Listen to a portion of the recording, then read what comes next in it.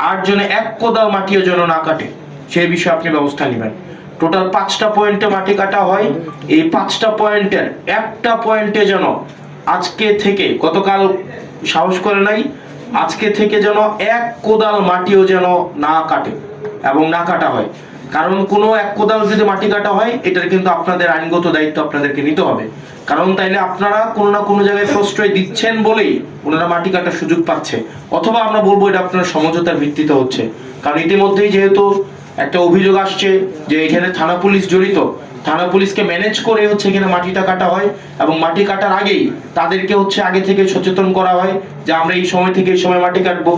দেখা যায় এসিলেন মহোদয় আপনার ওই পুলিশকে যাইতে যাইতেই আপনার দেখা যায় পুলিশ আবার হচ্ছে জনশ্রুতি আছে যে পুলিশ আবার হচ্ছে ওই মাটি যারা কাটে তাদেরকে আবার একটু সচেতন করে দেয়।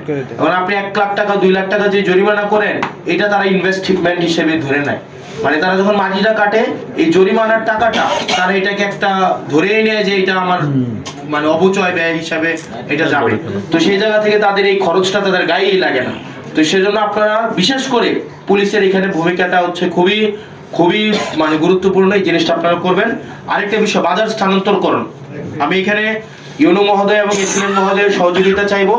আপনারা যদি চান আজকেই আমরা ব্যবসায়ীদের সাথে কথা বলবো, এবং গতকাল আমি যখন বাজারে গিয়েছি ব্যবসায়ীরা আমাকে বলেছে তাদের জন্য একটা স্থায়ী ব্যবস্থা করে দিতে।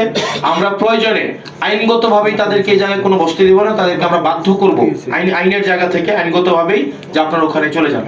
আপনার এই যে রাস্তার পাশে দেখবেন ওই যে আমরা ডিভাইডার দিছি, ডিভাইডার ঘেঁষে তারা বসতে চায়, এবং আমরাও যারা ক্রেতা আছে তাদেরকে উৎসাহিত করব যে আপনারা ওই বাজারগুলোতে যান। আমরা যদি এখানে সবাই দায়িত্ব নেই, আমরা আশা করি 1 সপ্তাহের মধ্যে কিন্তু একটা বাজার উঠানো যাবে। আমরা যদি চাই, আমরা ক্রেতার যদি প্রয়োজনীয়তা থাকে এবং বিক্রেতা যদি উপযোগিতা তৈরি করতে পারে, ক্রেতা অবশ্যই যাবে।